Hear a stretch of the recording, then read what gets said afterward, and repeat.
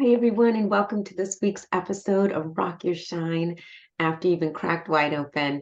I have been so looking forward to this particular interview. I have with me an actual star. I have never interviewed just a famous musician, and I have one with me today who is so talented, and she's just has an incredible story, and I cannot wait to introduce you to her. I met her in a special evening where healers came together and it was a serendipitous event, and here we are. So I want to introduce to you Laurie Jones. She has been singing since she was 3. She has been doing this professionally since she was 12 years old. She is a Maine-based singer-songwriter, and she's been dubbed the missing link between Dusty Springfield and Tom Petty. She's been referred to as Chrissy Hind. Chrissy Hind, the Pretenders. Chrissy Hind, the Pretenders. Yes, with folk guitar, and compared to Sheryl Crow, one of my favorites, for her Americana and folk rock influences. These comparisons she happily and humbly accepts. Influenced by a multitude of styles, Jones combines the craft of songwriting with her own unique sounds that range from rock to gospel. Whether playing her songs acoustic solo or backed by her rock-solid band, Jones delivers the lyrical sass and musical punch she has built her reputation on. Laurie has recently announced her 7th and latest album, The Dark Horse, and I am deeply honored to have you here. Oh, And thank you. it's not only her music that's amazing, but it's what she's done with it as a result of her own experiences of some profound grief and loss. And I want to just anchor this before we jump into her story that Laurie's mother passed away in 2021, just before she released her single. And the grief didn't really kick in for a year later in 2022 because she was so busy promoting her new album. And then she was diagnosed with breast cancer of March of 2023 and had a double mastectomy in April of that same year, of this year. And then her Aunt Esther, she was with her Aunt Esther when she died and was in hospice care. And as a result of that, Laurie became a death doula, and now she is getting her certification for music therapy. So welcome to the show. Thank you so much. And thank you for that, like reminding me of who I am just for a moment. Sometimes you need somebody to kind of like recap who you are and why you're here. No, thank you for that. I'm so psyched. I've been waiting to talk to you. And after our meeting one another, which was, like you said before, so serendipitous. And so yeah, good morning. I'm happy to be here. Good morning. So I don't know where to start. I never do with these conversations because your passion for music and how it has come full circle in your life and how you're now using your music in the grief world, I think is just I think is beautiful. So why don't we start with your mom? That seems like a Yeah. really beautiful place to start. Yeah, I think so too. One thing that I hadn't mentioned, my father had passed away a couple years before my mother, a few years before my mother. And so I'd already gone through the grief process and all of that, but my mother passed away, fairly unexpectedly.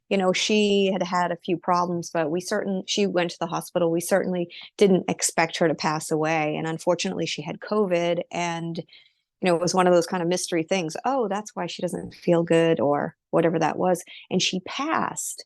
And, because of the situation with COVID, my sister had gotten COVID. And so my sister was staying at my mom's house at the time. So I think that when somebody passes, we all instinctively want to go, like be with our family and console each other.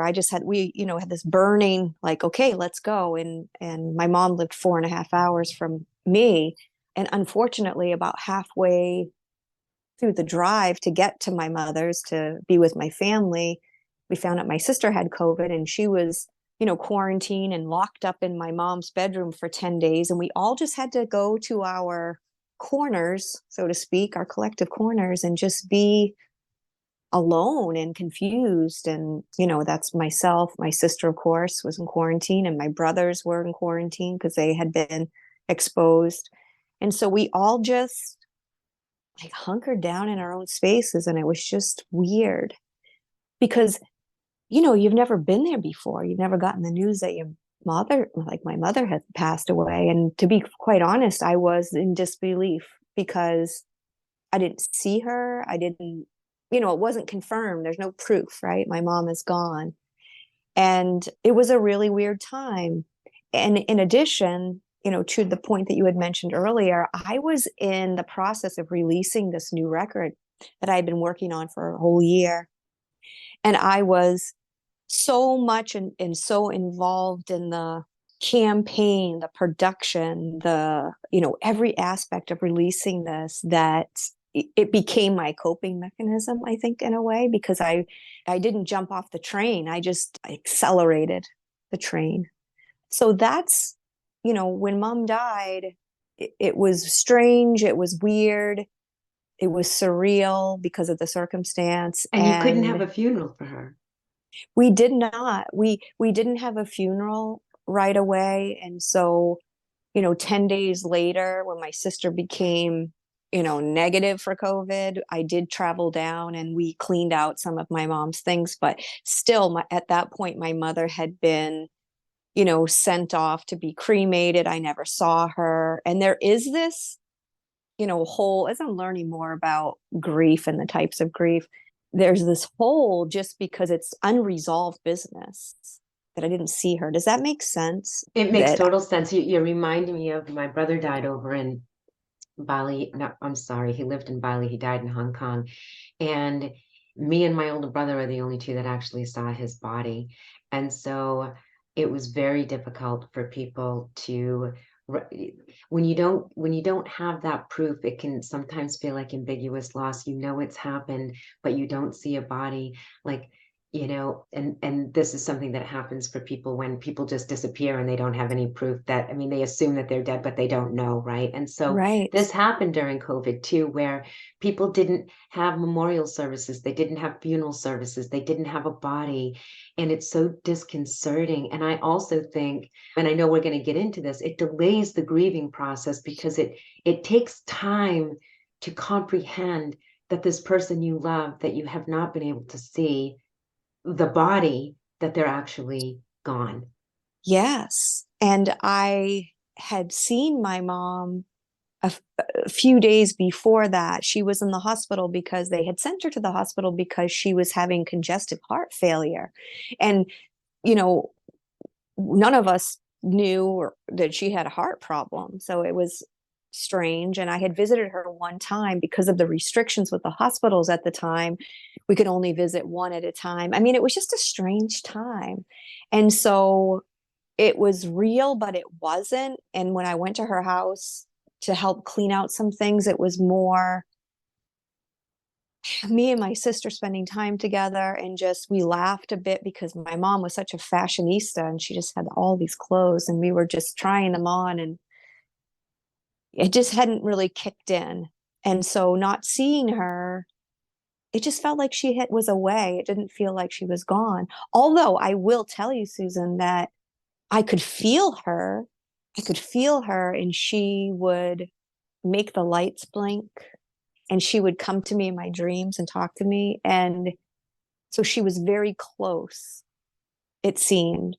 And then she wasn't. And then she wasn't. I don't know, and that may be What were another. you, this is a good time to ask you because you said that you could sense her and that you had dream visits. What was your belief about the afterlife before your mother passed? Well, I will say that in my mom's family, particularly on my mom's side of the family, my grandmother, my aunt including, everybody's very intuitive. We believe, even unspoken belief, even though we're not having the conversation, that there is an afterlife and that people can communicate with you. And I firmly believe that my dad has communicated with me in my dreams, and that my mom did. And I've had people come to me in dreams, and I believe that my dreams are significant because I am intuitive. And oftentimes I will have dreams, and it's not always literal, but there's a message there that will come to light eventually. And it may not be tomorrow if I have the dream today. It may not be tomorrow, and it may not be immediate However, it does come to light at some point where I can go back and say, yes, my mother, my intuition and my thought about one particular dream I had shortly after my mom passed away is that my mother didn't know that she had died. She didn't quite understand. Like, she knew she was in the hospital, and she got the news that she had COVID. And I feel like that's the point where my mom, if you knew her, you would understand her thinking, okay, I have had just about enough of this. Like, I've been in the hospital for a week and now they're telling me I have COVID. This is crazy. So I firmly believe that she could check herself out if she wanted to. And I believe that's what she did, because her heart stopped a couple hours after that. But in this one particular dream, she was confused. She was calling me and she was confused about where she was and what was happening. And then I felt as though through time, that she came to the realization of where she was and what was happening. And then I'm going to, for lack of a better way to say it, the signal got weaker, and so I have times where I crave that again. Like, I crave her coming to me, or like making the light blink over my head while I'm laying in bed. And so I crave that. And also, I just want to say that it could be because that I thought that her voice weakened, or her signal weakened, because the way that I coped with her passing is, I believe I just turned up the volume on my projects and my work and my life, and made it more chaotic, because it helped tune out the reality that my mother was no longer on this earth. Well, I talk about this a lot. I mean, both as a therapist and also as someone who has lived through it, that, grief can't hide. It can delay. It can lie dormant for a while, but it will always in some way leak out of us. And you had said that, and a lot of us are driven by that, by distraction. And it can be very helpful, because I think that it catches up to us when we're ready to deal with the loss of this human being. And you had this massive project going on of releasing your new album at the same time your mom passed. And you said it was not till a year later that you started to deal with that. What happened? Talk to us about that.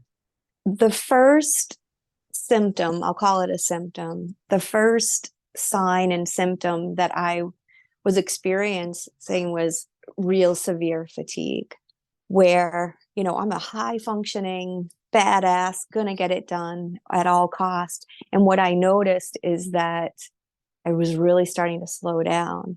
And the way I would describe it is, I was unable to push through like I normally could. I mean, I was, getting up early in the morning, and I mean, I have a very busy day and projects and deadlines, and I could meet that. And I almost thrived on that. Running on adrenaline is, kind of how I rolled for years.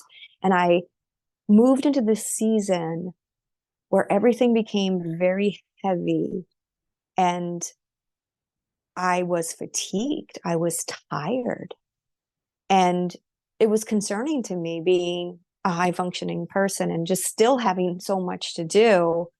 So I was at this point where I was just exhausted, and I couldn't push through it. And, I was questioning myself, what is wrong?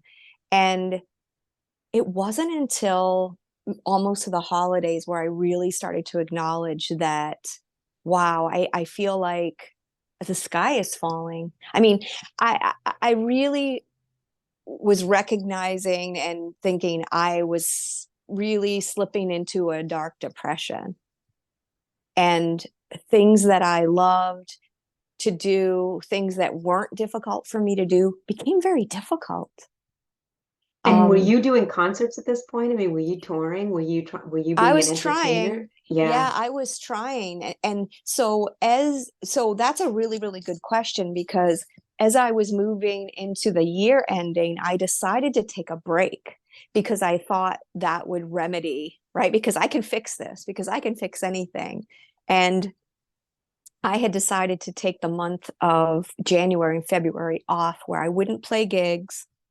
I would just settle in and just try to get myself straightened out. And I want to say it almost made things worse for me because at least in the chaos and the task and the deadlines of trying to accomplish the things that I do, because, I'm an independent artist, so I do everything for myself. I outsource very little. There are things that I do outsource, things that I understand that people do better than I do and faster than I do. But for the most part, I have a company and I, you know, I rock the show, myself.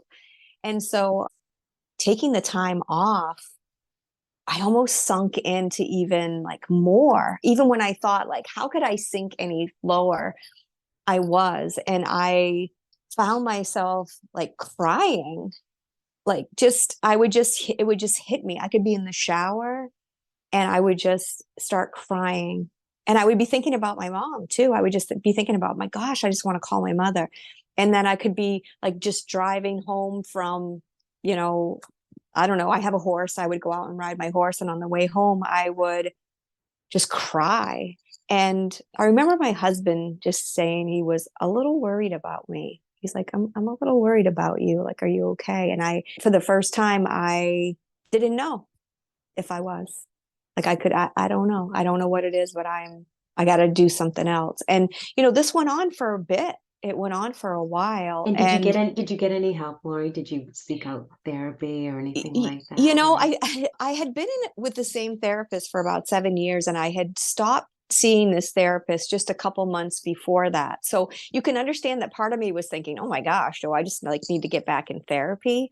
Intuitively, I didn't feel as though I needed to jump back into therapy, but I needed to seek inward. And so, I have my own practices of meditating, journaling every day. I spend time out in nature. So I really was going inward. Not going to lie, I was really hard on myself because I kept just saying, like, why can't you just get out of your own friggin' way? Like, what is this? And so I had this, I think you'll appreciate this. I had this nagging, dark feeling that something was wrong and that something was trying to tell me that something wasn't right. And I almost could hear my mom sometimes just saying, pay attention, because, I'm one in my meditation to ask for answers, but my gosh, girl, you got to slow down enough to listen. Right. And I don't always. Yes, that's really important. I want to pause there. So there was two things going on here because I have a feeling you're going to tell me that part of your fatigue was your illness, your cancer, right? And also that you were deeply grieving your mother. So there were two things happening at once, because I think a lot of people, when grief can hit you, it can feel like you've been run over by a truck and you don't even know what it is. But you had you had a life threatening illness inside of you, a disease inside of you. And so it's almost like a combination of those two things, because what I want people to hear is what you just said. You can't run from it. And when you stop, that's what meditation is about, right? For those people, and then I always say it on this podcast, that you don't have to meditate for an hour a day. Start with 3 minutes. You're trying to calm your mind down so you can hear your intuition. Some people I call it a soul. Some people call it intuition, your higher self, whatever it is. And that's what you're talking about right now. Slowing Yeah. down enough to hear, to listen. And so Yeah. you felt like there was something deeper going on in addition to the grief that you were feeling about the passing of your mother. Okay. Yeah. I was having panic attacks. That's the other and not that I not that I, hadn't had anxiety in the past. I mean, that's what I thrive on. I use it to my advantage sometimes, right? By being a high functioning and like getting shit done. But I was having panic attacks over things that I normally would be able to push through and I just couldn't. It was almost like I was put in a divine time out. Even prior to my diagnosis, I was shut down. And I don't think that that's by coincidence. I don't. I think that I was put in divine timeout to say, sit down. You need you need to learn some things about yourself, and there's some news coming to prepare for. And that's exactly what happened. I got the phone call. I had had a biopsy, and Did I you got the find the phone call. lump? Let's start there. Did you find a lump? What happened? No, yeah, good question. I did not have a lump. When thinking back, what I did have was burning. I had burning. And that's something for, all the ladies out there to consider is I didn't have a lump. I had burning pain, which was not terrible, but thinking back, yes, that did happen. I had actually had a biopsy and had some problems on the opposite breast where my surgeon and I had talked about maybe removing a lump that could be problematic. Not sure. We've been talking about that for a year or so. And so for cancer to show up on my opposite breast was just kind of mind blowing. It was out of the blue. In hindsight, again, I did have burning. And, I went for the biopsy because they saw something on my mammogram, and I went thinking, oh, here we go. Oh, here we go. I'm going to get the crap scared out of me again this year, and it's going to take up a lot of my time. And, you know, and it was just kind of surreal because my surgeon called me and said, wow, Laurie, like, it's cancer.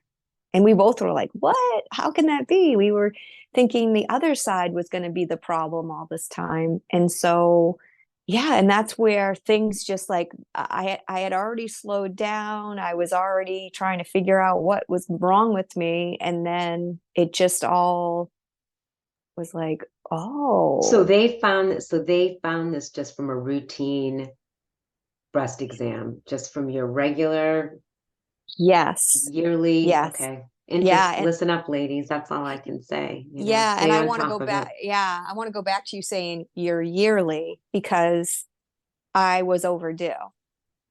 Mm. I was overdue because yeah, I was overdue. I was probably year and a half overdue because again, just for whatever reason, I wasn't Life gets taking in the care of way, right? things. Life Yeah, just gets in the way. life gets in the way, and so I was overdue, and so it was definitely early detection, and it was detected by a mammogram. And I'm not sure at what point would I have recognized, okay, I've got some burning pain over there and a little discharge, no big deal, not, and so ultimately in the end, after consultations and education, I made the decision to have a bilateral mastectomy because of the problems I was having on the right side to begin with. It wasn't an easy decision to come to because I just thought, oh, initially I thought, oh, I'll just get a little lumpectomy and we'll just get on with life. It's all good. And then when I really thought about what made the most sense in the end, because I couldn't just downplay everything, and that's a whole other show in itself. Like, why do we downplay things? I made the decision to have a double mastectomy. And so I had that on April 10th.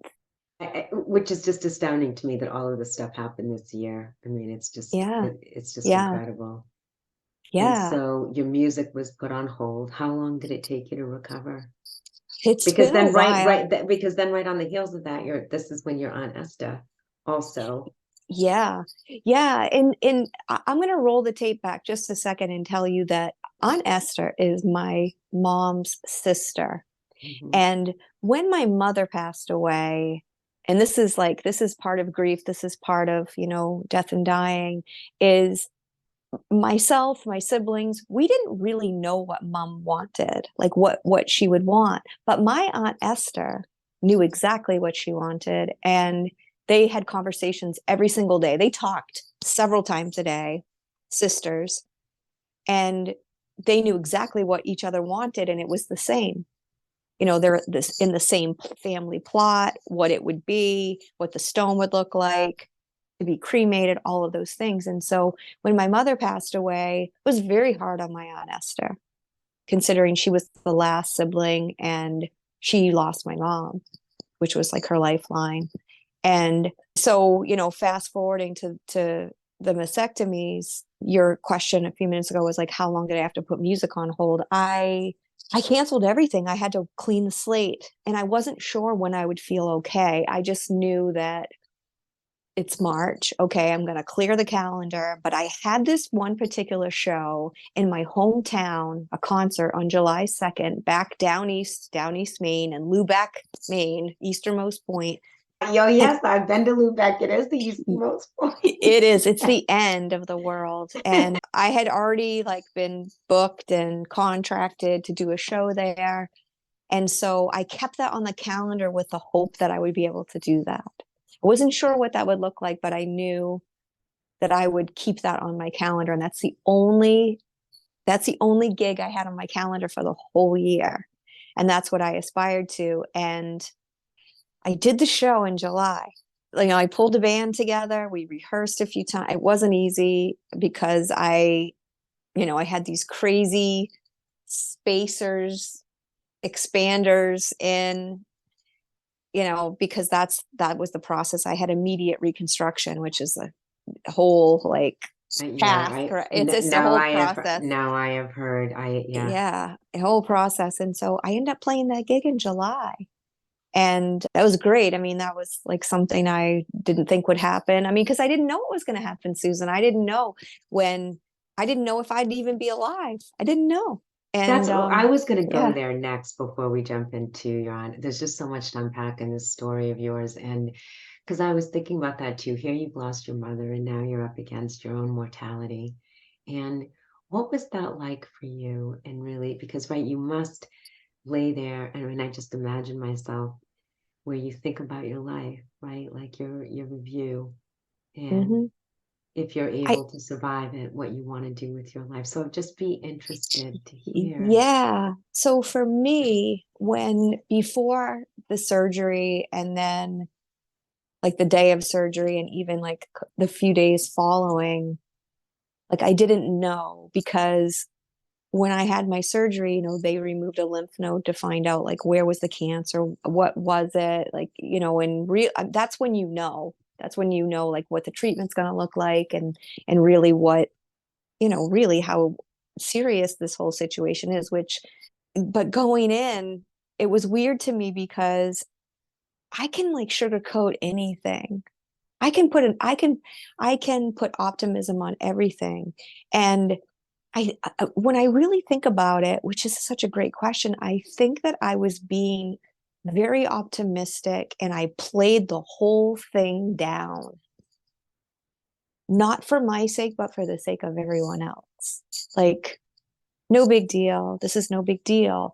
And that's what I did. That is what I did. This was no big deal. I was going to go take care of this.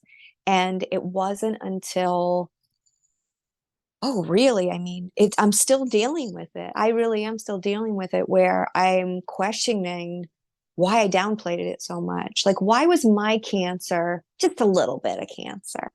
It's a good question. What did you come up with for an answer? That I've always been the optimist. And in my family, I had somebody tell me once, oh, you've always been the Switzerland of your family. I like to make other people feel like things are okay, even when they're not. And so even when it came to me, I downplayed it. You Like, have it's children? okay. I do. I do. And, maybe even for them, I have adult children. And so maybe even for them, I was downplaying it. And so externally, I downplayed it. Internally, I was pretty scared. Yeah, and for me, it wasn't even so much the day of surgery or waking up after, because I feel like I was still being optimistic. And the way I was with like the nurses and the doctors, I just was like, yeah, we got this. But it was after that I realized I would wake up sometimes in the night and just be laying there and couldn't move and just was like, oh shit, like this is not okay. And so I would say that my coping mechanisms, one of them would be that I downplay things. And I found that I did that about myself. It's really interesting too, because I think that we can downplay things for our own sanity and not giving into that. I'm gonna, that bleak, dark place that we can go where Yeah. I'm gonna die. But so it can be a coping mechanism. I think it can also be an illustration of how women put everybody in their lives first. I think it's a very common thing that we Uh, do as women. And that even in looking at our own mortality and facing, you know, these life-threatening things, that we can put other people's feelings, make sure everybody's okay, and tuck that fear, that that need for reassurance, put our own needs aside. I think that we do that often. mhm. And how does that play into, I mean, this is just more of a rhetorical question, but how does that play into the disease inside, or the disease inside of our body, the way that things manifest, when I think that we are so often putting our needs second, third. Sometimes they're not on the table at all. Sometimes we're Yeah. not even aware of our own needs because we're too busy trying to meet everybody else's. I'm interested though, because here you go through this. I just can't even imagine the surgery and the pain following. But that's in April. And then you're supporting your aunt through hospice in August. Yeah, that was an incredible story. It is an incredible story. My aunt Esther, she lives up in Eastport and she's really far away. And she unfortunately had a stroke and fell and broke her neck. And she was airlifted to Maine Med in Portland. So it's like, what are the chances that Aunt Esther would end up so close to me? Which is no coincidence at all. It's exactly where she needed to be, even though her support system is so far away. And so her daughter, my cousin, which, we share such beautiful, like childhood memories, even though, I mean, I would say most families I know of are they have dysfunction and we all have had loss in our, in our families or whatnot.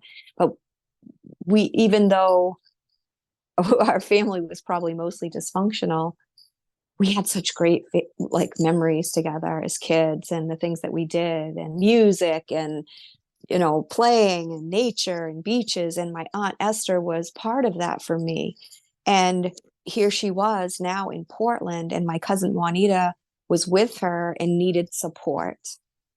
And so I went, and then of course she was admitted to hospice because of her injuries and her age. And so she was transferred to a hospice community over in Scarborough, which is really close to where I live. And so I was examining that a lot and just saying, wow, like, what is this? And I realized, like, okay, this is where I can help my aunt and where I can help my cousin Juanita through this process. And so, I guess when you think about death, or I'm not even sure why, like, because historically in the past, I would think about death as being just so awful because, growing up as a kid, it was always like my dad would call and say, "Oh, I have bad news for you." That's how it always introed is, "We have bad news. I have bad news for you. Your grandmother died."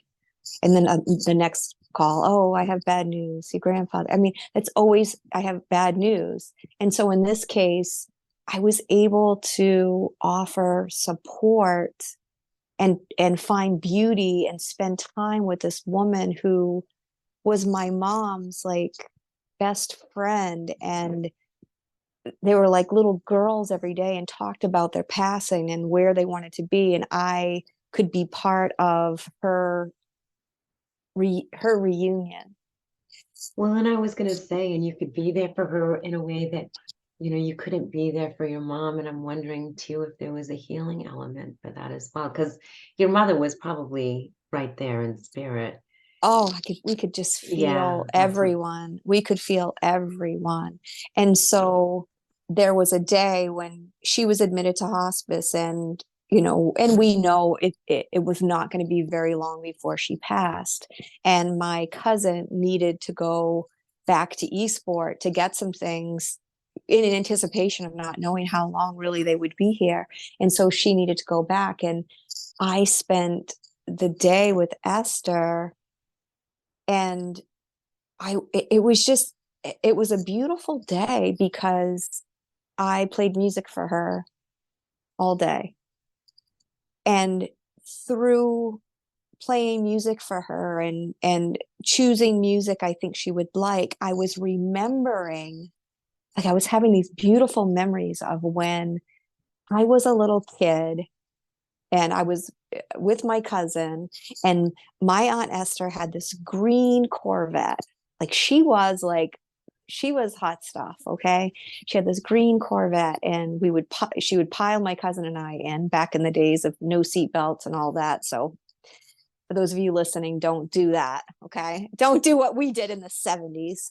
And just remembering these beautiful days and music that she probably had on her 8-track player, you know. And so I just started like playing these mixes of music and singing along and humming along and just kept playing. And even though she was unconscious, I have to tell you, I could feel like we were participating in something together.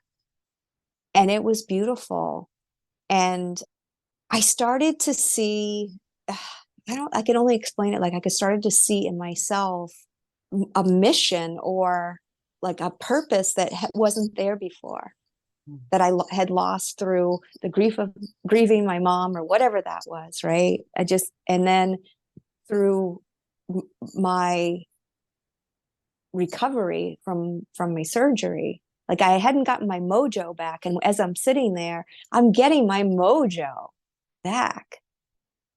And I'm like, wait, so I wasn't there and I wasn't in the room when she actually passed, but I can tell you that, and it was very, very soon after I had left her and her daughter and her son to have privacy, and I came home for a bit. And the only way I can explain to you, Susan, is the room was electric. It was electric, and there was so much energy and welcoming souls. I mean, is the only way I can describe it. And my cousin would even say she could hear chattering, just that. And it wasn't sad, it was beautiful because we knew she was going to be with the people that she missed and that she loved so much. I believe she passed away around 10:30, and I had gone to bed to get some rest, and I woke from a dead sleep, like startled from a dead sleep about the same time. And I knew in my heart that she had passed at that point. But that, what should have been a very, very sad time ended up being a beautiful time that I got to spend with her. And had she not been air flighted to Southern Maine, I would not have had those beautiful moments with her. And that's what started you on this whole other path down becoming a death doula Yeah. and becoming certified as a music therapist. Talk to us about that. I Yeah. just think this is such an incredible story. And this is going back to listening, really listening, Yeah. right? I left that situation. And of course we had her memorial, and we were able to have a memorial because it wasn't during COVID, and it was beautiful, and I did sing at her memorial. And I started thinking a lot about, really, what do I want to do? What do I want to, like, what do I want to be when I grow up now? Like, what do I want to do? And I started thinking about how to help people see the beauty in passing, and to not only to see the beauty and the closure, and to sort of see it through in a right way, is to also take away all the stigma of the darkness and to turn light to it. I don't know if that makes sense at all, but that's the only way I can really describe it. I think it's beautiful. Often when I think about my work, I think about it bringing light into the dark places. And I think it's exactly what you're talking about. People see death as such a dark time. And as humans, we're going to grieve and be sad because we now have lost the receptacle of our love, right? People have Mhm. described grief as with love with no place to go. And Mm, this is sort of like, the whole idea of the name of this podcast, Rock Your Shine After You've Been Cracked Wide Open. And I've described it as many of us, it takes a trauma of a profound death or loss or what you went through, where you get to know the deeper part of who we are. We get to hear those inklings, the whispers of something deeper around a purpose or a passion. And because I do think that death is very sad for those of us who believe that it's nothing more than a transition. There is also a deep beauty in that transitioning. And you can have both at the same time. You can hold a deep sadness for the loss that you feel, and you can hold joy for their transition of really going home. I don't think of heaven and hell. That's not what I am talking about. right. My listeners know me well enough to know that it is that we are part of a collective, and that this is temporary, where we are Hmm. to really learn to grow in love and to expand. And so I do think the way that you're describing it is bringing enlightenment in the passing, but we can still feel that profound sadness of that human being that is not physically with us anymore. Yes. And, something just popped into my mind about even after she passed, she wanted to be cremated. And so that happened, and it was here locally in Southern Maine. I mean, I was able to go pick her up in her beautiful, like, blue marble urn. And I placed that urn in the front seat of my car and drove her home, and we listened to music the whole way. I mean, even on the drive, like, the 4.5 drive to take her home, I still treated her as though, well, I treated her exactly the way, Right. I don't can't even explain it, She but was I mean, rocking it. She was rocking in the car, like, she you was know. she was rocking in the car. You want to believe it? We played the music way too loud. So that was August. So you must have really, I mean, it's only October Yeah, and I you've been know. the death Yeah. doula training and now you're getting your certification. So what happened? Did she pass and immediately you were like, I'm going to go do this? Yeah, I did. I did that. It is exactly what happened. I had been thinking about end of life doula. The word had come up before. The word had come up, not the word, but the idea had been said out loud, not for me to be an end of life doula, but I was becoming more aware of what that was, or but not fully understanding what it is, but just I had heard of that. Just like I've a had an end of life doula on here, but that was a long time ago. So I would love it if you could take just a couple of minutes and explain to our listeners, for those who do not know, what is a death doula? Well, I think that the simplest way for me to explain is that there are doulas who help and assist bring life, that help women give birth. An end of life doula is the same and not the same. So for a birthing doula, that's somebody who's helping with the birthing plan, helping organize, and that's also there during the birth and then after to help see through some of the planning. An end of life doula is someone who supports a person who has a terminal illness, who's in hospice, and who's at end of life, maybe not even just supporting the dying person, but also their family. So that could mean anything from helping them get their affairs in order. Maybe somebody has a diagnosis of a terminal illness, and they want to get their affairs in order because maybe they don't have next to kin, or maybe that's what, maybe they still need that independence and they want somebody to help them do that.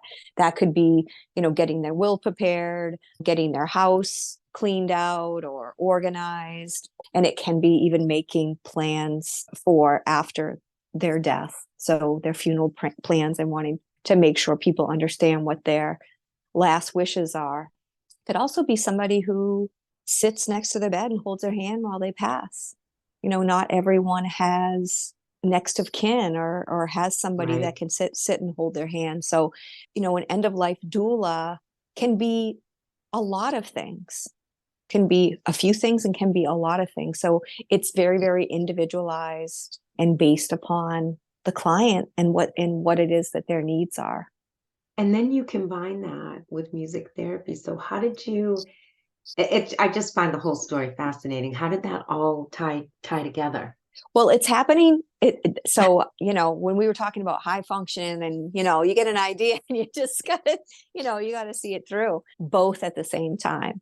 So I'm getting my certification as a music therapist, and I'm also getting my certification as an end of life doula. So I'm in the midst of my studies, and I'm also realizing, Susan, that, that I respect and appreciate this medium so much that I know that I'm going to need to experience this. I'm going to need mentors. I'm going to need to experiment this and be immersed in this.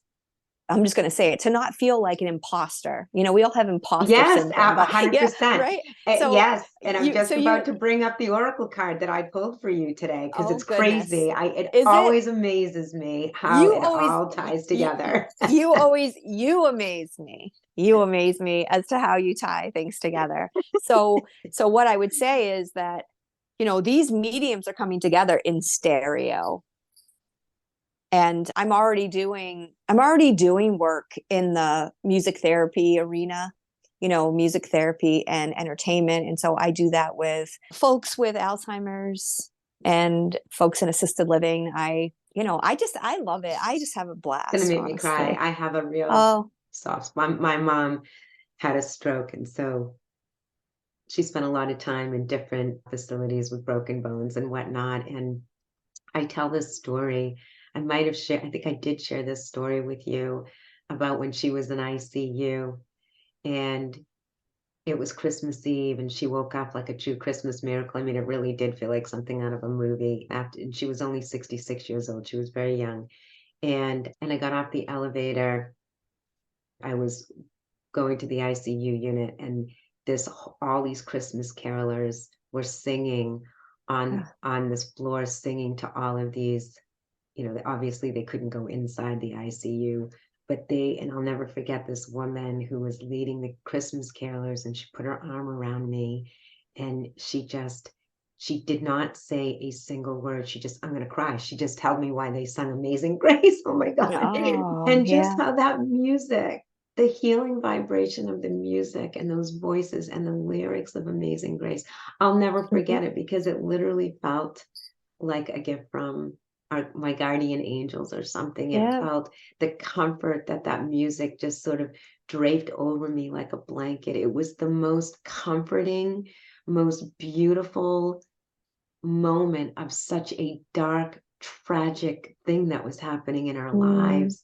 And mhm. that's why people always go to music, right? When they're really sad, they throw on sad songs and bawl their eyes out or to celebrate. I mean, music is just such an inherent part of our world, Yeah. wherever we are in our life. It's incredible. It's so Um, true. So true. and the joy and the comfort that it can bring is just astounding to me. And Mhm. I love everything about your story, but now how you're bringing your deepest passion of music into this idea of end of life and celebration. I mean, it gives me the chills. I think it's just so Oh, beautiful. thank you so much. All right, I know we're at the top of the hour, but I've got to share. I always end with two questions, and I also want to end with a snippet of your music, but I want to share the card. And the card that I pulled for you today was Truth Be Told. I usually don't actually read the prosperity message, but I have to because it's so apropos to this whole conversation. Are you willing to do whatever it takes to experience the prosperous life you desire? If you want to be an artist, do you make your art a priority? If you want to be a healer, do you set aside time to learn the new things to help you serve? A writer must write and a singer must sing. Oh my gosh. I know. Being true to your calling is essential to you moving forward. There is another oracle message here too. So listeners, this may be for some of you, so please listen up to this.